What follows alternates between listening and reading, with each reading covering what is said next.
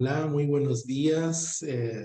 Un gusto poder saludar a todos y todas que están conectadas con nosotros en este minuto ahora. Soy Franco Norero, CEO de la Latam Business Conference, y para mí es un verdadero honor participar y dar la introducción a este conversatorio virtual que estamos organizando junto a Coco Tecnologías, donde hablamos sobre salud digital en las regiones y estamos preparados para una nueva pandemia. Aquí tenemos un selecto grupo de oradores que nos están acompañando en esta actividad: el doctor Francisco Álvarez, gerente de salud digital de Cristo Muguerza, México; el doctor Carlos Pedrotti, que es el gerente médico del Centro de Telemedicina del Hospital Albert Einstein de Brasil; el doctor Jaime Moya, que es el director de salud de Clínica Ricardo Palma, Perú, gerente de salud, perdón, doctor Jaime, ahí hago la aclaración. En este caso modera, ¿no?, Daisy Rúa, que es la vicepresidente comercial de Coco Tecnología Colombia. Ella es Daisy, que va a liderar esta moderación, y ya le concedo la palabra a ella, y de verdad para nosotros es un orgullo y estamos muy contentos de tener este selecto grupo de oradores, y ustedes como asistentes nos acompañan junto a Coco también. Daisy, te concedo la palabra para que iniciemos nuestro webinar. Muchas gracias, Franco. Bueno, bienvenidos a todos a este conversatorio virtual. Nos alegra ver ya tantas personas que se están conectando. Esperaría unos 2 minutos para dar el inicio oficial, para dejar que otras personas se nos vayan conectando, ¿vale? Entonces, demos hasta las 11:02, 11:03 para iniciar oficialmente. Muchas gracias, Franco, por la introducción. No sé si de pronto en el chat nos van colocando de dónde se conectan, de qué país, ya que tenemos países acá como Perú, Brasil, México, Colombia o otros países. Si se conectan de otros países, qué interesante poder leerlos también. Por acá ya se nos van conectando más personas.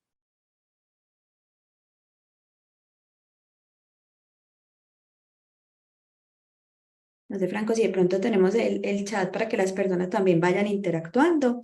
La idea es que este conversatorio también es para ustedes, para que apunten sus preguntas, den las reflexiones.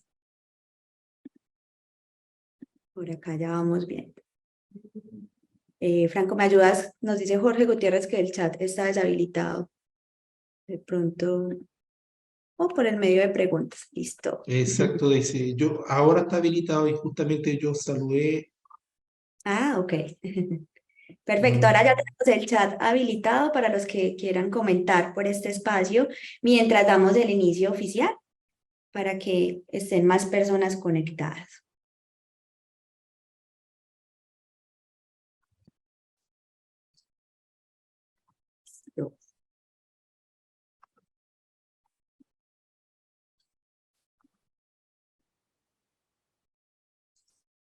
Bueno, cumpliendo entonces con nuestro horario y el tiempo pues de todos apremia, vamos a dar inicio. Nuevamente le doy la bienvenida a todos a este conversatorio virtual.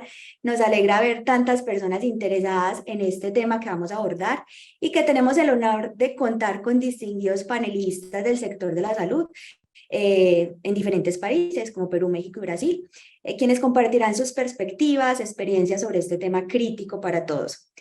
Para nadie es un secreto que la pandemia casi nos acaba, ¿cierto? No solo cambió nuestra forma de vivir, sino que también la forma hasta de morir. Y es un hecho que si no nos preparamos, estaremos en serios problemas. Soy Daisy Rúa, me presento, vicepresidente comercial del equipo de Coco Tecnologías, una empresa que brinda una solución de valor incorporando la mejor tecnología hacia un modelo integral de gestión del paciente. Bueno, vamos a presentar entonces a nuestros increíbles panelistas. En primer lugar, agradecerles sinceramente su presencia, la participación también de todos los que están conectados, la audiencia. Las preguntas, comentarios, reflexiones serán de verdad que muy fundamentales para enriquecer este conversatorio. Voy a explicar rápidamente cómo va a ser la dinámica. Cada panelista, según su experticia, va a responder una pregunta. Sin embargo, si alguno del panel desea complementar o apoyar la respuesta del otro, lo pueden hacer. Siéntanse con total confianza de hacerlo y vamos a tener una última pregunta donde todos van a participar. Para nuestro público conectado, los quiero animar también a participar activamente con sus preguntas. Vamos a elegir 2 o 3 al final para que den respuesta a nuestros expertos. Y pues este webinar está siendo grabado también para que lo tengamos presente y podamos aprovechar máximo este espacio. Entonces, sin más preámbulo, voy a proceder a presentar. Nos acompaña el doctor Jaime Moya. Es un médico pediatra formado en la Universidad Peruana Cayetano Heredia. Cuenta con una amplia experiencia en gestión de salud, desde el monitoreo de proyectos en salud y nutrición a nivel nacional y auditoría con la perspectiva del asegurador, para luego volcar estas experiencias en gestión de establecimientos de salud a nivel nacional desde el Ministerio de Salud.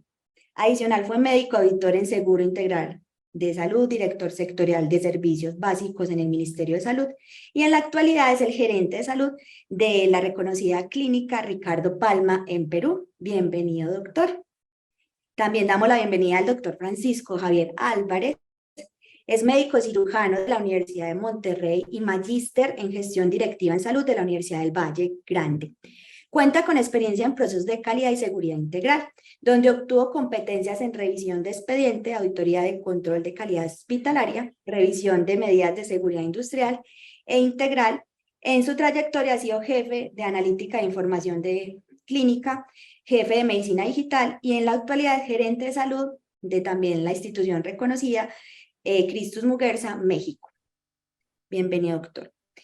Y por último, y no menos importante, a nuestro doctor Carlos Pedrotti, que es médico titulado en la Universidad de Sao Paulo, con especializaciones en los programas de residencia en cardiología y medicina interna, en la misma casa de estudio. Cuenta con vasta experiencia en telemedicina, desarrollando proyectos de supervisión y práctica médica e innovación de prestaciones de cuidado en salud. Es especialista certificado en ciencia de datos. En la actualidad, gerente médico del Centro de Telemedicina de nada más ni nada menos que el Hospital Albert Einstein, que es considerado como uno de los mejores de Latinoamérica, o el mejor, ¿cierto? Y además de esto es presidente de la Asociación Brasileña de Salud Digital. Bienvenido a todos. Ahora sí, pues vamos a comenzar, después de esta presentación, de los temas que tenemos aquí para todos ustedes. Entonces, la primera pregunta, y quiero que comience con ella el doctor Pedrotti, de hablarnos de la experiencia pasada y de esos efectos que tuvimos en la pandemia y que aprendimos, doctor. Entonces, le doy la palabra. Muchas gracias, Daisy. En primer lugar, me gustaría agradecer por la invitación. Es un gran honor estar aquí con un grupo tan selecto y poder compartir experiencias en salud digital.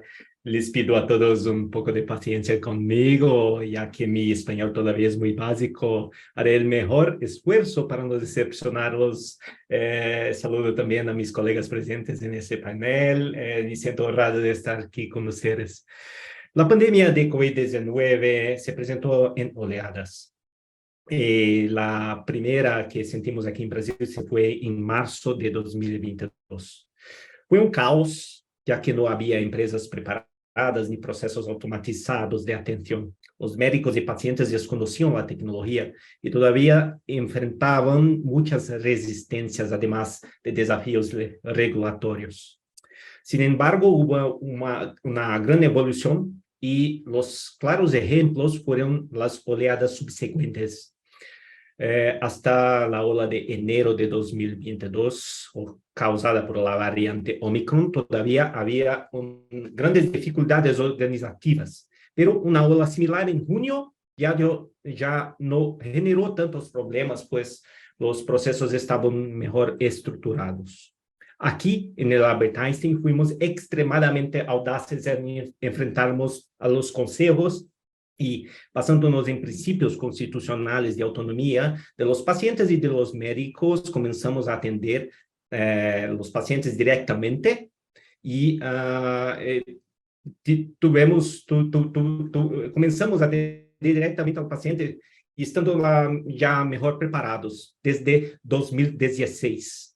Sin embargo, en solo 3 semanas tuve que contratar y capacitar a más de 300 médicos para satisfacer la demanda exponencial de consultas en marzo de 2022. Desde entonces hemos realizado casi 2 millones de atenciones y entre los principales proveedores de telemedicina en Brasil, estimamos que han llevado a cabo alrededor de 20 millones de consultas desde el inicio de la pandemia. Actualmente puedo afirmar categóricamente que, al menos en Brasil, estamos muchísimo mejor preparados que antes de la pandemia. Solemos decir que por aquí que fueron 20 años de desarrollo en 2 años de pandemia. Varios aspectos de la salud digital evolucionaron mucho o simplemente nacieron desde cero, como por ejemplo, regulación. Antes de la pandemia en Brasil, los consejos profesionales consideraban prohibido realizar una teleconsulta directamente al paciente. Durante la pandemia hubo una autorización provisional y después de mucha lucha logramos una ley definitiva que fue promulgada al final del año pasado. Ahora, la seguridad jurídica permite muchas más inversiones en el sector y garantiza la sostenibilidad de la práctica médica a distancia, brindando innumerables beneficios a los pacientes. Segundo, tecnología. Surgieron muchas empresas que facilitaron la realización de teleconsultas, emisión de documentación electrónica, monitoreo y aplicaciones. Esto mejoró sustancialmente la experiencia de los pacientes y la automatización de varios procesos, lo que permitió ganancias de escala que antes eran imposibles. Y por último, la cultura. Tanto pacientes como médicos aprendieron que sí es posible, eficaz y seguro realizar una consulta a distancia, especialmente en situaciones clínicas de baja complejidad. Las resistencias en diversos sectores de la economía se fueron superando y hoy tenemos una penetración mucho mayor en el mercado. Una nueva pandemia desencadenaría procesos de atención a distancia a gran escala mucho más rápidamente. Entonces, hay un campo enorme para el crecimiento de diversos servicios de salud digital, pero voy a dejar los otros panelistas a comentar sobre eso y quedo aquí para las dudas subsecuentes. Muchas gracias a todos. Gracias, doctor Pedrotti. Bueno, no sé si doctor Moya, doctor Álvarez quieren complementar o cómo fue esa experiencia en Perú o en México. Tal vez les comparto con Carlos que fue todo un reto al comienzo, cuando empezó la pandemia, porque la legislación no seguía lo que requerían los pacientes. Es más, en Perú se cerró el país. Entonces, ¿qué hacíamos con las gestantes, con los hipertensos, con los diabéticos? Sobre todo con las gestantes, que salud tiene que haber un examen físico. Y es un poco más complejo llevarlo a un ámbito digital. Entonces, como dijo Carlos, también simplemente decidimos al día 2 del cierre, abrimos consultorios, comunicamos al ministerio, consultorios por fuera de la clínica. La ventaja es que tenemos locales por fuera del edificio principal y ahí hacíamos consultas coordinadas para grupos especiales de pacientes, como digo, gestantes, diabéticos, hipertensos, pacientes con enfermedades crónicas, básicamente, que fueron los que al comienzo tuvieron, cuando se cerró el país, tuvieron las mayores dificultades para buscar atención. Obviamente hubo embalsamiento de un montón de temas que poco a poco se pudo revertir, pero allí fue nuestro primer situación difícil. Por suerte el gobierno entendió de que lo que estábamos haciendo era razonable, que no teníamos normatividad adecuada para salud digital, historia clínica digital. Hasta en mayo recién ha salido la norma que aprueba las firmas digitales avanzadas, certificados digitales, que en ese momento hubo una liberación especial con algunos requisitos, incluyendo consentimiento informado digital, para hacer consulta externa. Pero bueno, salimos adelante con ese tema ambulatorio. El tema hospitalario era otro tema muy fuerte, como bien dijeron, tuvimos que empezar a contratar personal y no había personal.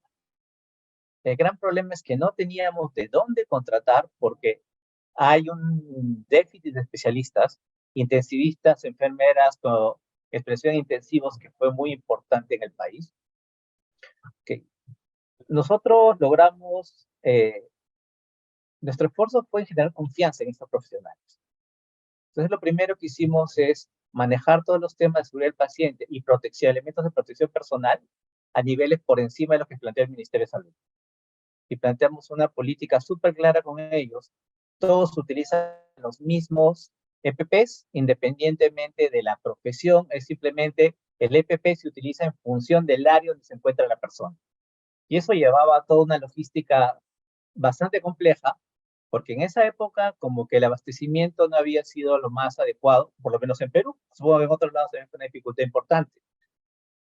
En nuestro caso, teníamos un plan de contingencia, en enero ya se veía venir la pandemia y empezamos a comprometer compras, que nos llegaron en marzo cuando se cerró el país. En marzo y abril, que lo cual nos permitió salir adelante.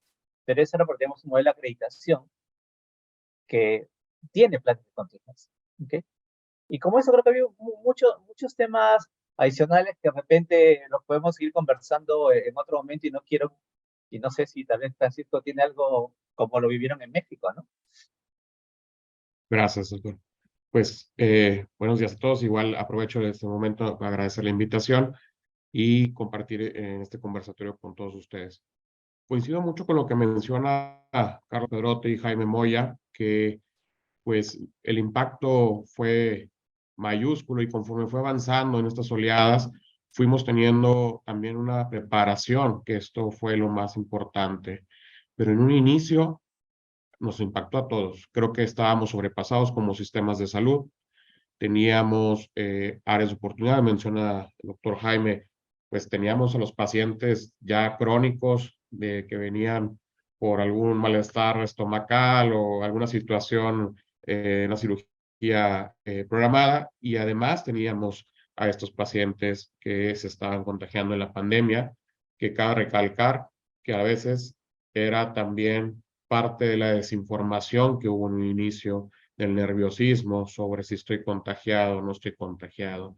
Y en México, en una etapa inicial, todo el mundo estaba yendo al hospital, todo el mundo estaba yendo a consultar y a veces era una reacción alérgica, alguna rinitis, no tanto un coronavirus, pero al acudir a nuestras salas de emergencia, pues bueno, corrían el riesgo de contagiarse con alguien que sí portaba coronavirus. Fue importante tomar acción con toda esta información y reinventarnos en procesos de atención, en reinventarnos en cómo comunicar a los pacientes. Y todo esto, yo creo que la labor entre instituciones privadas, gubernamentales, instituciones públicas, pues creo que ayudó a que colaboremos en compartir esta información y sobre todo en compartir infraestructura. Nosotros en México, en la Sociedad de Hospitales Privados, pues compartimos ciertas camas para el sector público.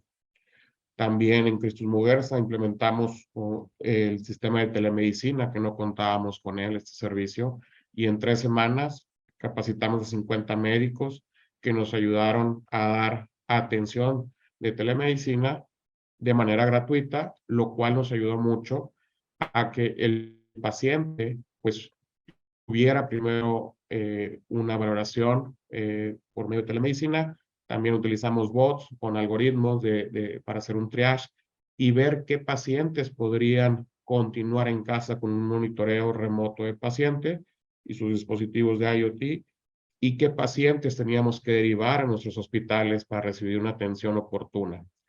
Creo que la salud digital nos ayudó a reestructurar estos procesos, evitar mayor contagio de nuestros pacientes, y conforme fue pasando la pandemia, esto se fue fortaleciendo, lo cual permitió estar más preparados en una tercera oleada, cuarta oleada, y bueno, pues actualmente está una cepa nueva que esperemos que estas lecciones que estamos conversando, pues bueno, nos sean útiles, y en otro aspecto, espero que no pase a mayor esta nueva cepa que está actualmente.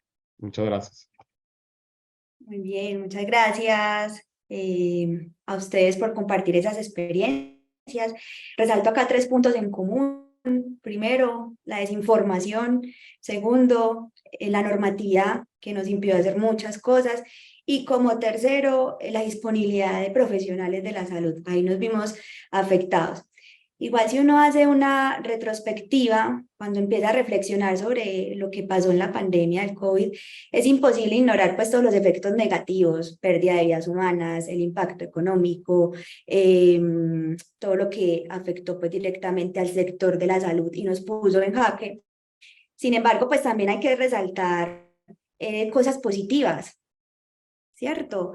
Como cuáles puede ser que nos dio la opción de unirnos, de comunicarnos de otra forma, de ver las nuevas tecnologías y que de verdad lo podemos hacer. La capacidad sobre todo de adaptarnos y de crear y de crecer en medio de estos desafíos, lo resalto entre todos los países. Y pues orientado en esto, voy a enfocar la segunda pregunta y quiero que comience el doctor Moya por su experiencia en el Ministerio de Salud. ¿Cuáles son los aspectos claves en los que debemos trabajar para evitar la reincidencia de estos efectos negativos que ya nos han comentado? Doctor. Muchas gracias, Daisy. A ver, un tema que resaltaste muy bien es el tema normativo. Todavía, por lo menos en Perú, hay algunos gaps de normatividad que necesitamos terminar de levantar para desarrollar salud digital adecuadamente. Y no por contingencia, ¿no? Por contingencia este tema de, mejor hago lo que tengo que hacer y después pido perdón por lo que hice. Ahí hay un tema muy grande normativo que tiene que ser desplegado en Perú, por lo menos. Hay temas adicionales que pasan por cómo podemos, como decía Francisco, trabajar intercambio prestacional. En nuestro país, trabajar intercambio prestacional nos tomó 1 mes y medio poder coordinar. Finalmente hubo un caso de medios que nos llevó a, en un día, cerrar el tema de intercambio prestacional con el sector público. Fue una autorización excepcional que lamentablemente todavía no ha continuado. O sea, terminó la pandemia, la declaración de estado de emergencia por coronavirus, esas normas quedaron derogadas y en este momento no podemos intercambiar prestaciones. Si viniera otra pandemia, esperemos que no nos coja no nos va a coger de la misma forma como nos cogió coronavirus, no tenemos las herramientas para poder hacer intercambio. Ese es un tema que es vital como esto es cómo podemos intercambiar información. Tenemos que definir conjuntos mínimos de datos que nos permitan intercambiar y alimentar a la Autoridad Sanitaria Nacional, manteniendo obviamente la situación de anonimato del paciente, pero que permita que el Estado pueda tener información no solo del sector público, sino también del sector privado. ¿Okay? En la pandemia se generaron algunas normas, que inclusive algunas siguen vigentes. Nosotros vamos a abordar todos los días el número de camas que tenemos disponibles y el abastecimiento de oxígeno que tiene la clínica diaria. ¿Okay? Porque oxígeno en Perú fue un tema complejo. ¿Okay? No teníamos cómo generar oxígeno. Por suerte nosotros no tuvimos dificultades con ese tema, pero sí fue un tema muy fuerte para nosotros. Y de la mano a eso, parte de lo que tenemos que ver es cómo podemos intercambiar experiencias entre diferentes actores o subsectores. Parte de lo que nosotros logramos al comienzo, porque nadie sabía cómo se manejaba el coronavirus, creíamos que era un ARTS y no era un ARTS, ¿ok? No funcionaba como un ARTS típico, implementamos reuniones diarias entre los médicos que manejaban los pacientes, las áreas COVID, para discutir caso por caso y se fue generando una base de conocimientos inicial. Después aparecieron las publicaciones que nos orientaron mejor. Okay. Llegó un momento en que tuvimos reuniones con otros hospitales a nivel corporativo para discutir cómo estábamos manejando COVID. Pero yo creo que el espacio de comunicación entre profesionales de diferentes establecimientos de salud y que no tiene que ser presencial, las herramientas digitales nos ayudan muchísimo en esto, puede ser una de las fuentes que podemos utilizar para estandarizar manejo. Dentro de lo poco que se pueda saber, si nos llega otra pandemia de la que no sepamos cómo se maneja. Pero estamos con dengue ahora, el manejo de dengue está estandarizado. Si tuviéramos un virus diferente que no supiéramos cómo manejarlo, tenemos que ir al nivel de evidencia más básico a veces la opinión de expertos. ¿Sí? Porque no vamos a tener información sistematizada.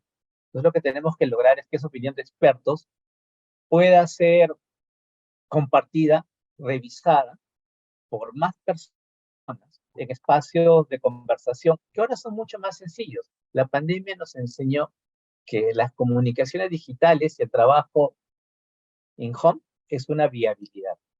Y eso tiene también que ser adecuadamente regulado. Gracias. Muy bien, doctor Moya. Bueno, no sé si el doctor Pedrotti y el doctor Álvarez tengan algo por comentar acá, agregar. Y aquí en Brasil, la regulación que liberaba la telemedicina también era provisional. En un país con dimensiones continentales como el Brasil es muy importante que todos los médicos puedan atender a pacientes en todos los estados. Entonces, lo que causaba inseguridad jurídica, limitar las inversiones en el sector, esa regulación profesional. Entonces, en 4 de los mayores proveedores privados de telemedicina del país, Einstein, Conexa, Teladoc y Docway, se unieron y fundaron Salud Digital Brasil, que ahora tengo el honor de presidir una asociación empresarial, hoy con 25 miembros, que reúne los principales participantes del ecosistema de salud digital en Brasil. La idea fue presionar el Congreso y los consejos para regular la telemedicina de forma permanente, pero con 2 premisas: liberar la primera consulta y garantizar que todos los médicos brasileños pudieran actuar en todo el territorio sin limitaciones por estados. Y entonces nos orgullecemos de decir que la ley 14.510 fue promulgada el 27 de diciembre de 2022 y garantiza la autonomía de los médicos y de los pacientes en la elección de la modalidad de atención, conteniendo también principios de seguridad de la información y privacidad de los datos, conforme a otra ley más antigua, la Ley General de Protección de Datos de Brasil. Entonces, estamos mucho más maduros ahora que antes, pero aún hay muchos desafíos regulatorios en la frente, como seguridad de la información, interoperabilidad de datos y mucho más contenido con documentos digitales, historia clínica digital, prescripción digital, dispensación de medicamentos en las farmacias y todo más. Coincido con Carlos, y precisamente creo que hubo avances. En situación de México se abrió también tema a ver nuevas normativas que al momento todavía no se cierran, pero estamos hablando de infraestructura que en el marco regulatorio que respalden una práctica de salud digital, una práctica en el ámbito público, en el ámbito privado y sobre todo en colaboración para definición en términos, en cuáles son las mejores prácticas y llevar a las instituciones a una transformación digital. Una transformación digital que actualmente en México la vemos más en el ámbito privado que en el ámbito público. Y es importante que nos reinventemos todos como un sistema de salud nacional en procesos que sean ágiles utilizando herramientas digitales. Pero para llegar a esto necesitamos preparación, colaboración, capacitación desde el uso de herramientas tecnológicas, reinventarnos en procesos, en ver cómo podemos reestructurar nuestros flujos de atención de pacientes, tener centros de bases de datos centralizadas que nos permitan tomar decisiones. Y uno de los aspectos que debemos de seguir trabajando, pues es la parte regulatoria. Esto nos va a abrir temas, como bien mencionan, en el journey del paciente, pues no solamente la atención hospitalaria, está la atención prehospitalaria y cómo podemos hacer esa conexión de manera digital, de pasar esta información de la atención al expediente. ¿Cuántas instituciones en nuestros países tienen un expediente electrónico? ¿Cuántas instituciones de nosotros tienen esa infraestructura, conocimiento, personal? Y hago esta reflexión para todos ustedes. Creo que debemos de partir desde ahí, de sumar más médicos, sumar más personal clínico de todas las áreas que se enfoquen también en preparación en salud digital. Esto nos va a permitir expandir todavía más las herramientas que se tienen tecnológicas con un enfoque híbrido entre tecnológico y con una expertise en el campo clínico.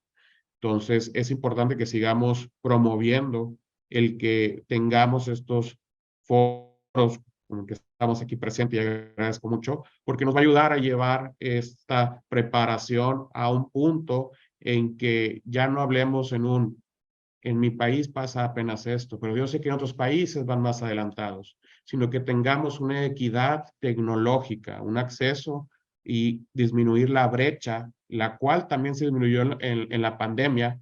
Yo hablo de hoy lo que se iba a aumentar en 10 años, se vio en 2 años de pandemia la brecha tecnológica. La gente ya está usando dispositivos móviles para hacer ciertas actividades que anteriormente ni pensaban hacerlo. Entonces, yo creo que hubo un gran avance. Sin embargo, seguimos todavía con temas pendientes que hay que cerrar y, como bien menciona el doctor Moya, a lo mejor por la pandemia y por su recesión se terminó o se bloqueó la continuidad de estos temas, pero hay que abrir estos foros para que sea una mejora continua y una preparación que nos permita, pues, tener áreas de salud digital en nuestros países que puedan hacer frente a estas pandemias y otras situaciones que la salud digital nos puede ayudar. No, excelente. Yo acá estoy tomando nota de todo lo que ustedes están acá conversando y espero que nuestros asistentes también. Y bueno, me voy a robar unas palabras del doctor Moya al inicio, que si bien viene otra pandemia, yo creo que no va a ser tan similar o no nos va a tomar como tan desprevenidos como la pasada, ¿cierto? Si bien hemos fortalecido mucho, yo creo que una infraestructura sanitaria, hemos mejorado la colaboración entre sectores públicos, privados, hemos impulsado una investigación en salud, agilizado la comunicación, igual todavía tenemos muchas cosas por mejorar, como adoptar las tecnologías, la educación que ustedes mandan, que no se pierdan estos espacios, que nos comuniquemos mucho. Y ahí quiero como hacer énfasis en la pregunta que viene, que ya nos adelantamos un poquito. Sin embargo, quiero que hablemos de esa colaboración regional. ¿Cómo podemos unir esfuerzos y conocimientos para darle un mejor manejo integral a este tipo de situaciones a nivel mundial? Para esto, no sé si alguno de ustedes quiera iniciar con esta respuesta. Sí, me gustaría iniciar en esta pregunta y creo que compartir la información, yo creo que lo hemos mencionado en este foro, compartir conocimientos, experiencias, mencionaba el doctor Moya, cómo podemos compartir el conocimiento de cómo están tratando a los pacientes. Creo que a veces pensamos en un celo organizacional, en no compartir nuestras prácticas, en no compartir nuestros aprendizajes y creo que podemos realizar estas colaboraciones donde hagamos sinergia y hagamos un manejo integral de la atención de nuestros pacientes en buenas prácticas para el manejo de tecnologías. Mencionaba ahorita el doctor Pedrotti, bueno, pues la ciberseguridad de los datos. Creo que hay muchos campos y áreas que podemos compartir entre las diferentes instituciones y que nos va a ayudar. Creo que las colaboraciones es para esto, para lograr un sinergismo y mejorar en nuestros procesos, en nuestras prácticas y adoptar nuevas prácticas, no la redundancia, que nos permitan llegar a nuestros pacientes, que nos permitan hacer frente a esta pandemia y en el cual, pues bueno, siempre centrado en la atención del paciente, en su bienestar y en seguir en este plan de mejora continua. Muchas gracias, doctor Álvarez. De pronto aquí algo para aportar, doctor Moya, doctor Pedrotti. A ver, creo que, como bien ha planteado, tenemos que compartir lo que sabemos y lo que hemos aprendido. Porque en otras áreas pueden haber ya implementado las ideas que nosotros tenemos en mente y pueden retroalimentarnos rápidamente y todos seguimos avanzando para poder lograr la mejor atención para nuestros pacientes. Hay temas que son en esencia esencial, hay temas en que tiene que ver cómo implementas uso de equipos nuevos. ¿Okay? Nosotros no manejamos mucho cánones de alto flujo, tuvimos que aprender a usar cánones de alto flujo agresivamente, las teníamos reservadas para situaciones muy puntuales, ¿okay? Y finalmente se volvió parte del día a día de nuestro manejo de paciente. ¿Okay? Entonces, el compartir eso, qué he aprendido, ¿okay? Qué dificultades he tenido, y liberar esa información. Eso es importantísimo, porque, como bien dijo el doctor, si me lo quedo, no sirve para nada. ¿Okay? Y tengo que también tener claro que también voy a tener retroalimentación de las personas o las áreas con las que estoy compartiendo información. Y el tema de confianza es un tema bastante complejo en salud. Entonces, ahí tenemos que establecer redes, que nos vayamos de alguna manera conociendo, intercambiando información en momentos menos complejos que una pandemia.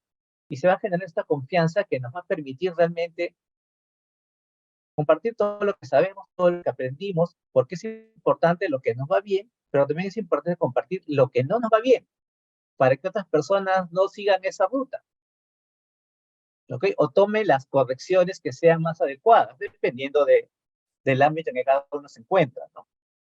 Y esto puede ser a nivel entre países, y es algo que a nivel nacional también es súper complicado compartir información, por el celo que hay y esta sensación de falta de confianza, ¿no?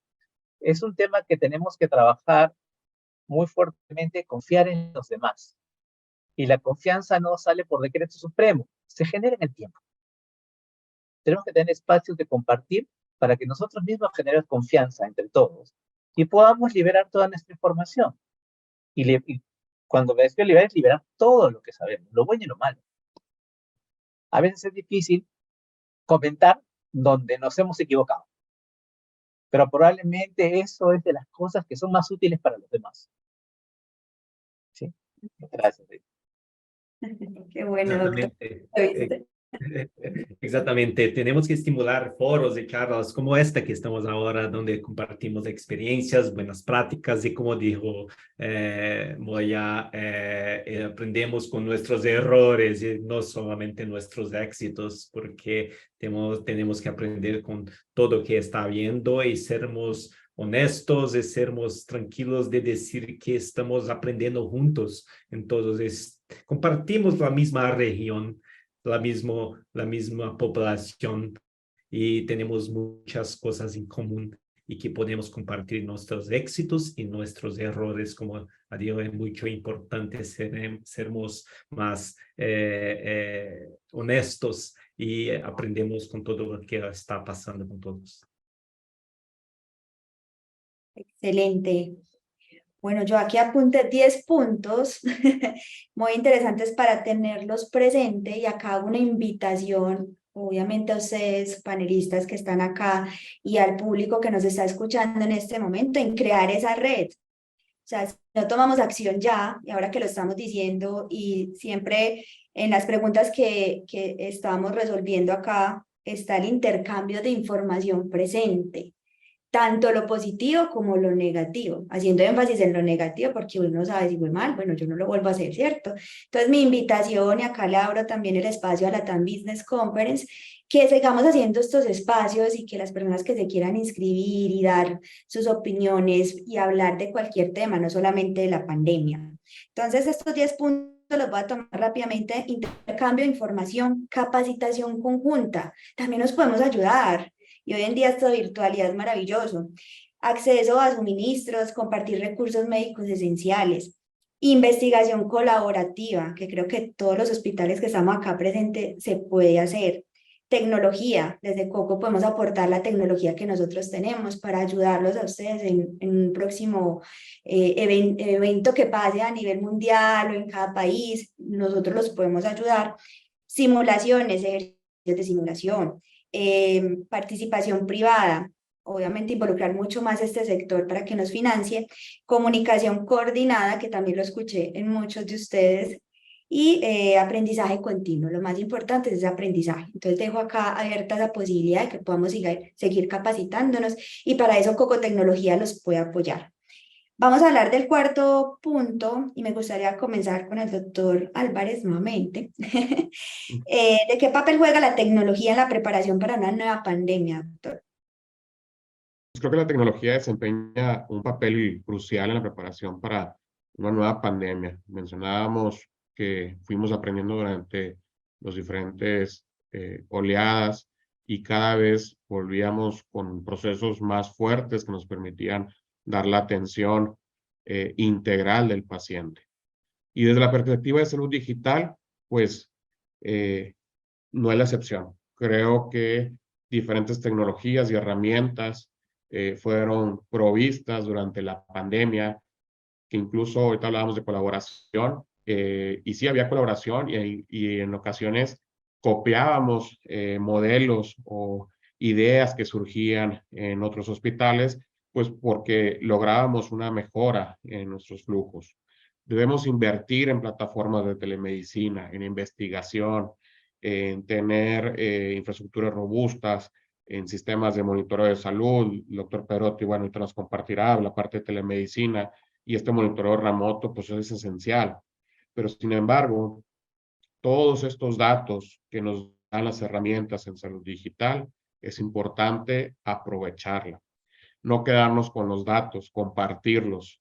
Nosotros hicimos mapas de calor con visualizadores de datos para ver dónde estaban los focos de la pandemia. Compartíamos esta información, creamos una cartilla como pasaporte de las vacunas. Ideamos bots para poder ver cómo podíamos hacer un triage optimizado, fotopletismografía, algunas tecnologías que fueron saliendo y que fuimos copiando buenas prácticas de otros hospitales. Creo que eso también es importante.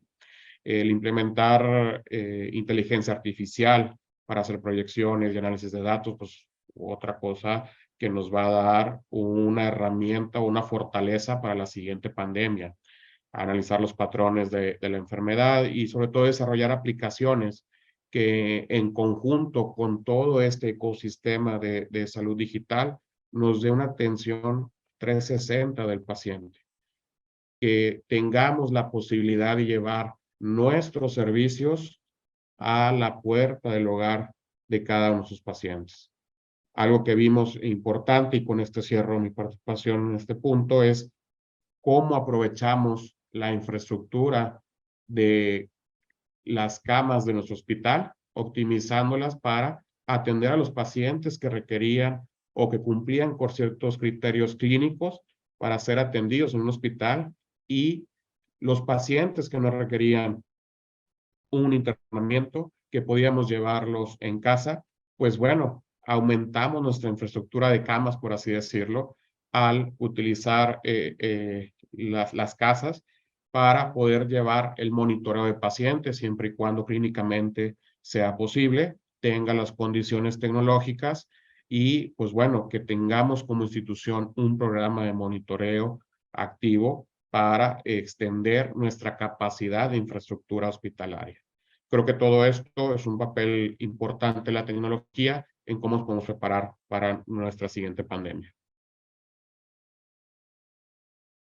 Pero claro, doctor Álvarez. No sé si alguien adicional quiere comentar. ¿Puedo comentar? Solía decir aquí en Brasil que ni la tecnología de comunicación en hardware ni la conectividad son los principales limitantes para la expansión de la salud digital aquí. El gran desafío es mejorar los flujos y procesos de acceso, protocolos clínicos, el recorrido del paciente y del profesional de salud. Todavía hay mucho que mejorar en la experiencia de quienes están involucrados en la atención y el desarrollo de nuevos servicios de salud digital. Entonces, no es específicamente la tecnología, el hardware,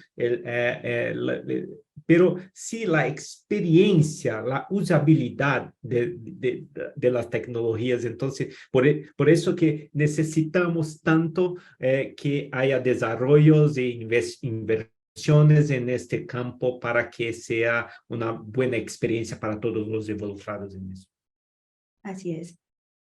Totalmente de acuerdo. Y doctor Moya, para Solo finalizar. para complementar la idea y cogiendo un poco lo que acaban de decir, hay un tema que es fundamental, como dice, puedes tener tecnología, puedes tener equipamiento, puedes tener una muy buena conectividad, pero tenemos que ver los que utilizan esta información y estos medios. ¿Okay? Y allí tenemos diferentes etapas. ¿Okay? Gente que es nativa digital, que son los médicos más jóvenes en este momento, gente como yo, que somos inmigrantes digitales, que hemos tenido que aprender en el tiempo, hemos crecido, bueno, en mi caso, las computadoras llegaron a Perú cuando yo estaba en la facultad, ¿ok? Y hay gente que sí, pues le cuesta muchísimo más. ¿Ok?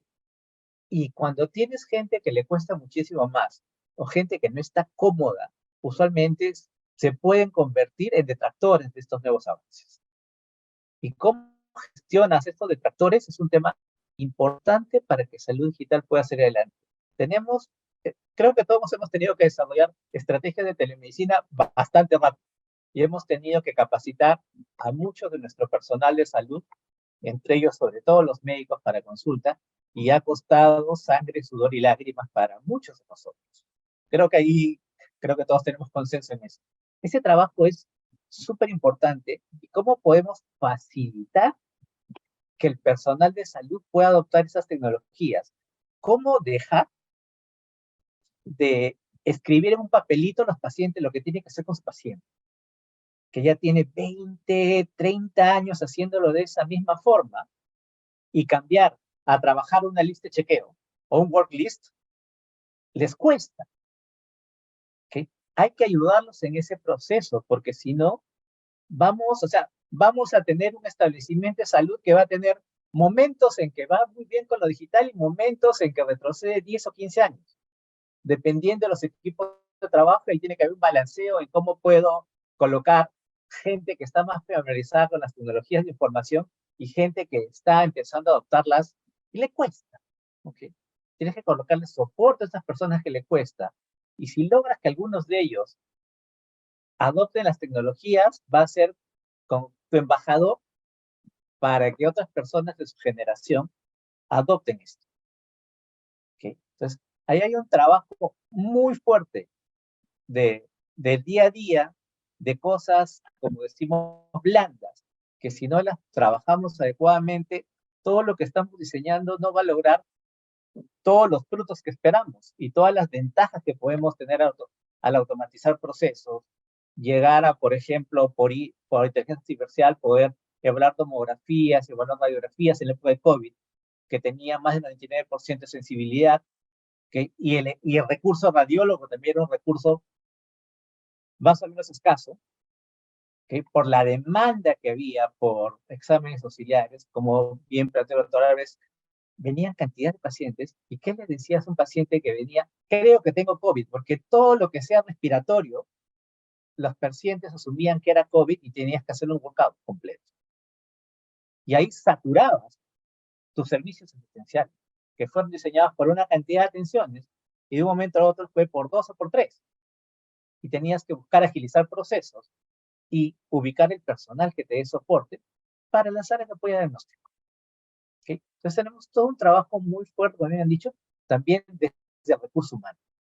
Y ese trabajo también es fuerte, pesado y tiene que ser bien planificado. Gracias. Así es. Yo creo que todos los que estamos acá presentes coincidimos. Hay un factor interno, otro externo. Tenemos que ayudarnos mutuamente. Y a mí algo que me parece increíble es la evolución de otros sectores. Se ve de una forma muy acelerada, en cambio, en el sector de la salud nos vamos quedando atrás. Y para concluir esta pregunta, todos acá en el panel decidimos que la tecnología sí desempeña un papel fundamental en la preparación de una futura pandemia, ¿cierto? Entonces tenemos que avanzar en esto, ser más inteligentes en lo que estamos haciendo y optimizar todos estos recursos que tenemos. Ya para finalizar, y acá les pido a los doctores que nos tomemos un minuto cada uno diciendo la lista de tareas a ejecutar a plazo inmediato. Una de ellas ya se las tengo, seguir haciendo estos conversatorios, avanzar en esta comunidad digital para que estemos todos en ese intercambio de información que tanto estamos solicitando acá. Así que bueno, abiertamente en un minutito si nos cuentan cuáles serían esas acciones, esas tareas a seguir de forma inmediata.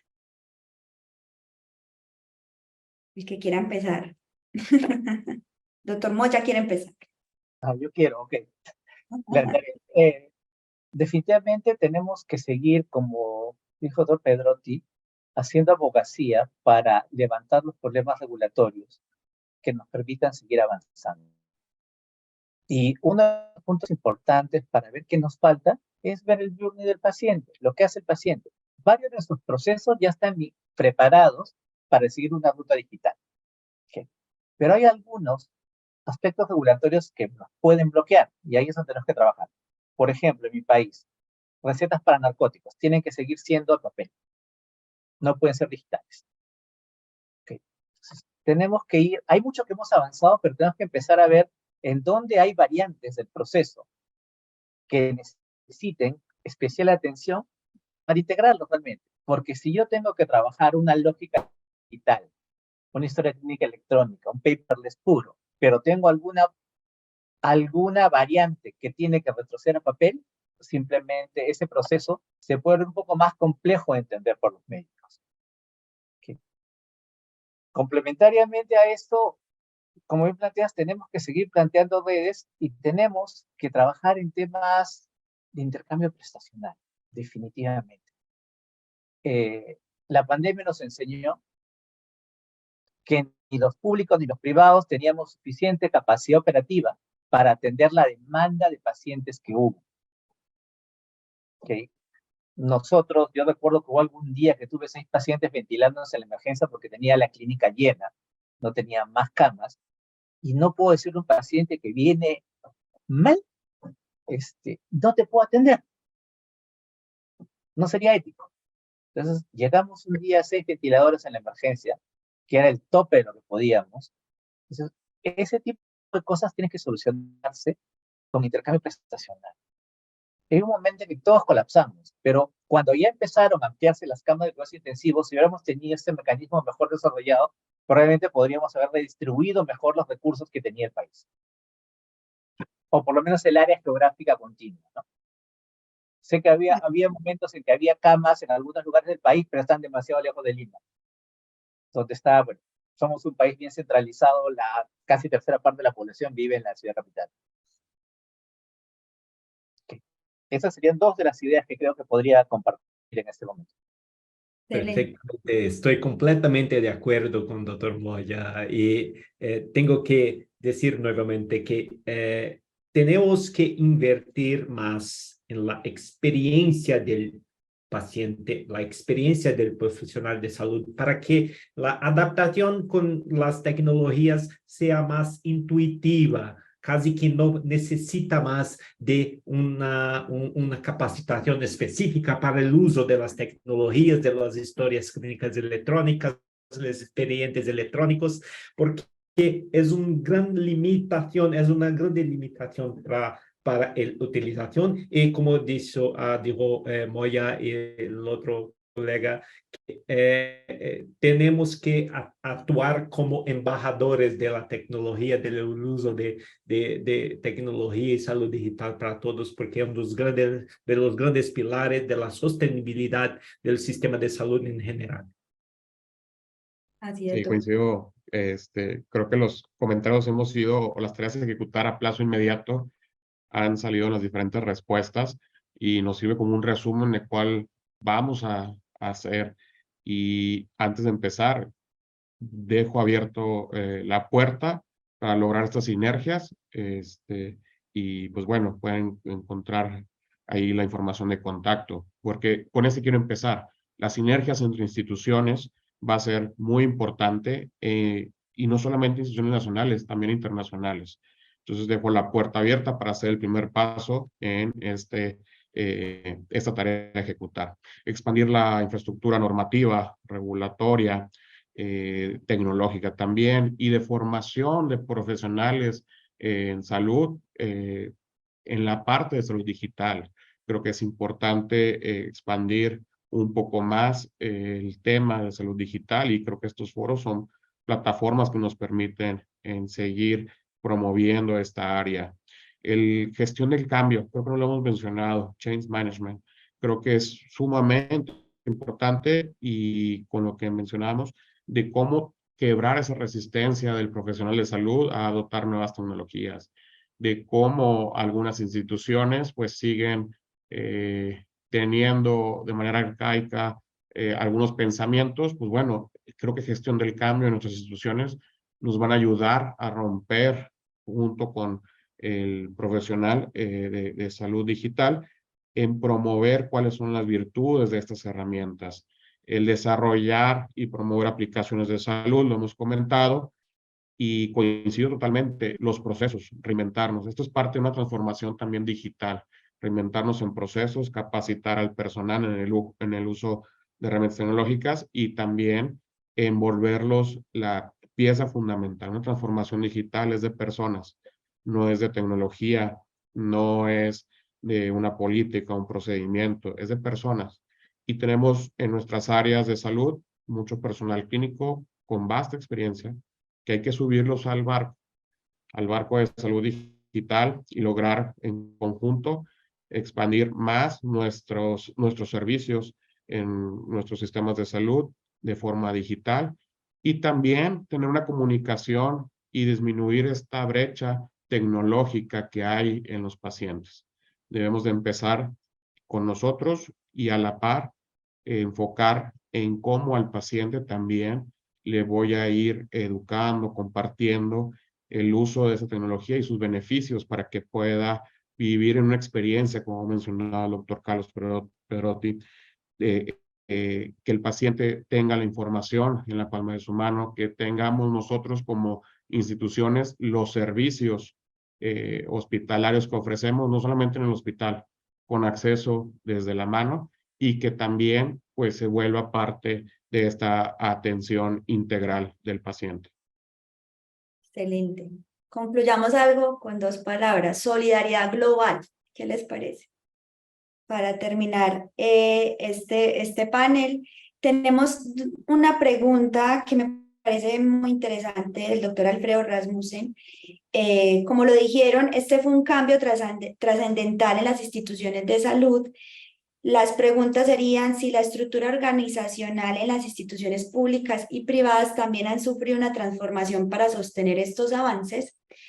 Y la segunda que también nos plantea el doctor Alfredo es, dijimos y seguimos diciendo que la virtualidad en salud llegó para quedarse, pero ¿cómo han evolucionado los servicios virtuales en sus instituciones después de la pandemia?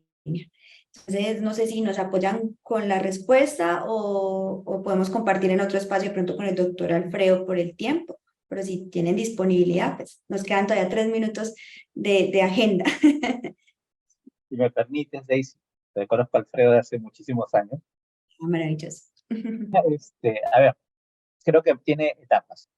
El sector privado en el Perú tuvo que reorganizarse y podemos ser bastante más ágiles. ¿Ok? Porque nuestros organigramas no están regulados por norma. El sector público tienen un organigrama y funciones reguladas por norma. Es más difícil que puedan reorganizarse adecuadamente. Tal vez las alternativas que utilizaron algunos establecimientos públicos fue fortalecer algunas unidades orgánicas que tomen mayor poder, entre comillas, para poder apoyar lo que tenía que hacer en la pandemia. ¿Okay? Entonces yo creo que ahí los modelos pasan por cómo pueden estar regulados. Los privados tenemos un marco normativo general, ¿ok? Pero nosotros podemos hacer todo aquello que no estemos prohibidos de hacer. Y los públicos en nuestro país tienen que hacer todo aquello que dicen las normas que pueden hacer. Aunque no esté prohibido, tienen que hacer lo que dicen las normas en esencia. Porque si no entran en un riesgo de control interno bastante complejo. Esa la primera pregunta, y no recuerdo bien el segundo punto de Alfredo, que ya se me... ¿Cómo han evolucionado los servicios virtuales en sus instituciones? A ver. Porque hablamos mucho de telemedicina, de todo esto, pero esa es la pregunta. Claro que sí, a ver, nosotros llegamos a un momento 20-25% de nuestra actividad por teleconsultas. Ahora estamos alrededor de 10. A ver, se ha mantenido, ¿ok? O sea, no ha desaparecido, pero ha bajado significativamente, ¿ok? Pero los médicos ya se han acostumbrado a hacer teleconsulta, ¿ok? Algunos lo hacen desde sus mismos consultorios, sino en el domicilio, que también lo podrían hacer. Algunos tienen la costumbre de venir a su consultorio y desde ahí hacer sus teleconsultas como ellos deseen. Que lo importante es que el paciente esté bien atendido. Pero es cierto, o sea, el nivel que tuvimos en la pandemia en nuestro país al menos ligeramente forzados, porque no se podía movilizar la población, no podían salir salvo que tuvieran autorización o demuestren que tenían una enfermedad importante, obligó a que haya mucha telemedicina. Pero esos niveles han bajado. 10% más o menos lo que estamos manejando nosotros ahora. Ujú. Como ya aquí en Brasil creo que sea algo parecido, algo mismo, porque en los últimos meses, tras el fin de la pandemia y las medidas de restricción al convivio social, hubo una desaceleración del crecimiento de los servicios de cuidados agudos para situaciones de baja complejidad, los llamados pronto atendimientos virtuales. Al mismo tiempo, vimos una gran expansión de los servicios de salud mental, atención primaria y especialidades. Estamos observando una mayor adopción de estos servicios en la red pública y un buen incentivo gubernamental ahora, solamente en los últimos meses en Brasil. Pero hay un gran campo adelante para todos. Así es. Ujú. No sé si el doctor Álvarez tenga algo por decir. Gracias. Pues prácticamente en nuestro país, coincido, hubo una desaceleración de ver los temas de salud digital a nivel normativo. Sin embargo, siguen abiertos. Estamos viendo blockchain en una receta que tenga una comunicación con las farmacias y que se puedan dispensar medicamentos. La parte de los expedientes, bueno, creo que salieron también muchos vendedores y esto es porque surge la necesidad de las instituciones y sobre todo que estén bien regulados. Creo que eso es importante, todas estas herramientas que estén apegadas. ¿Qué otra cosa nos dejó la pandemia? Pues bueno, coincido con telemedicina. Nuestro hospital ha crecido la parte igual de salud mental, nutrición, el seguimiento de pacientes con enfermedades crónicas, la salud laboral también ha sido fundamental.